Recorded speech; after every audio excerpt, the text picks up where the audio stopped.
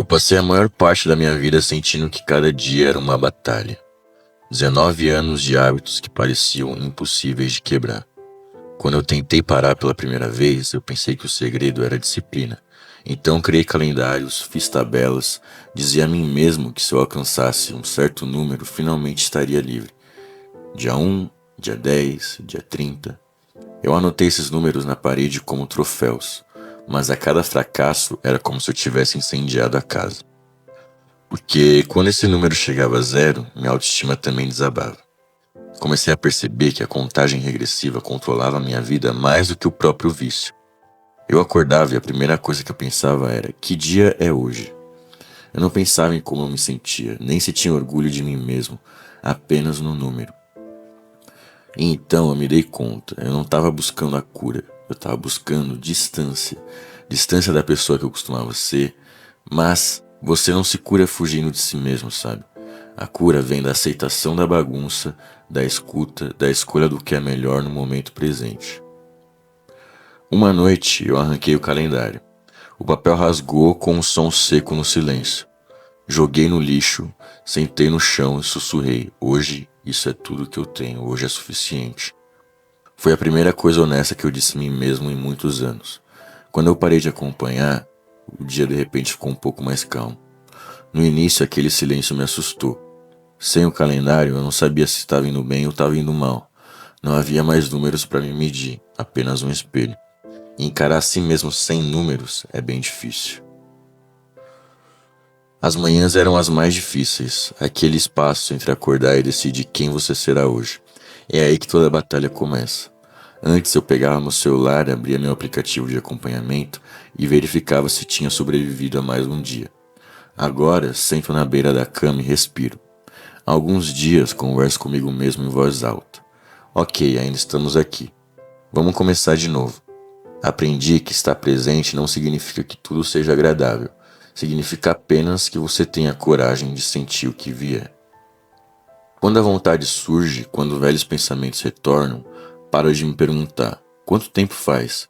E começo a me perguntar: o que eu posso fazer agora?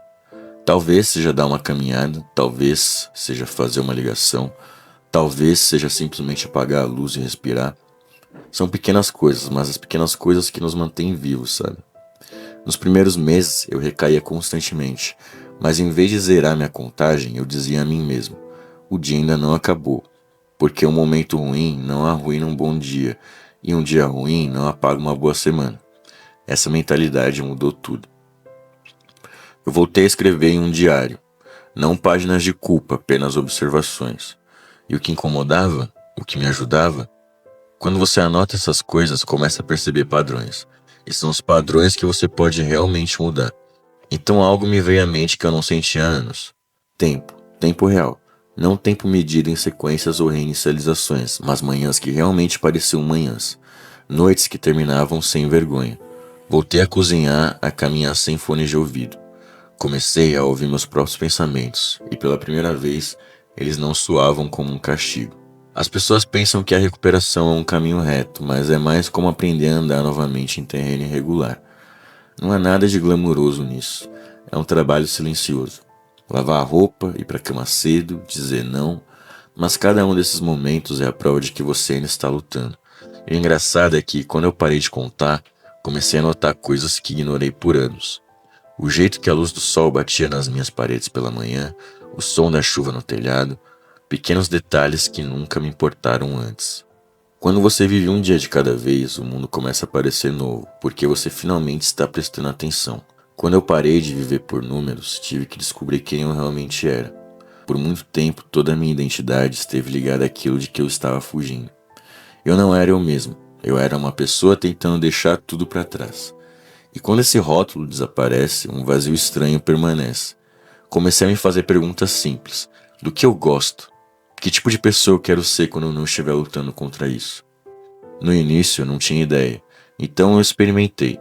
Eu voltei a ler livros, fui a cafeterias, fiquei sentado em silêncio, sem celular, e aprendi a ficar entediado sem me destruir. Quanto mais eu preenchia meus dias com coisas cotidianas, mais distância eu criava entre mim e o velho hábito. Não porque eu estivesse contando, mas porque eu estava vivendo. Me perdoar foi a parte mais difícil. Cada recaída ecoava na minha cabeça como um veredito. Você nunca vai mudar, mas a vergonha só te mantém preso. O perdão permite que você siga em frente, então eu comecei a encarar cada erro como um feedback, em vez de um fracasso. Cada deslize me ensinou algo sobre gatilhos, sobre estresse, sobre solidão. Cada lição me deu uma pequena ferramenta para me manter presente na próxima vez. Aos poucos comecei a confiar em mim mesmo novamente. Não porque eu fosse perfeito, mas porque eu continuava persistindo. Eu relia meus antigos diários e percebia que não havia desistido naquela semana. Eu tinha conseguido. Esse orgulho silencioso é o que a recuperação realmente significa. Hoje em dia eu não falo nada sobre quantos dias se passaram. Se alguém pergunta, eu simplesmente digo, tô trabalhando em mim mesmo. Porque a cura não é uma contagem regressiva, é um estilo de vida. É escovar os dentes e trabalhar, rir com alguém e perceber que você nem sequer pensou uma vez no antigo hábito. Isso é liberdade. Não são fogos de artifício nem marcos musicais, apenas paz no meio de um dia comum. Então, se você se encontra em algum ponto desse ciclo agora, olhando fixamente para o calendário, sentindo que nunca vai escapar dele, respire fundo e vire a página. Por hoje basta.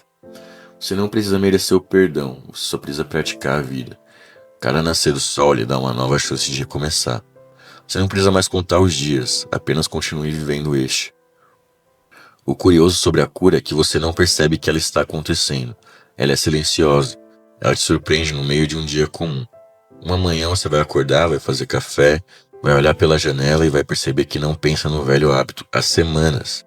Você vai rir não porque a vida de repente ficou fácil, mas porque finalmente parou de lutar tanto contra o tempo. Eu costumava pensar que a recuperação seria como escalar uma montanha, um momento dramático em que tudo se encaixa, mas é mais como caminhar por uma longa trilha e tranquila.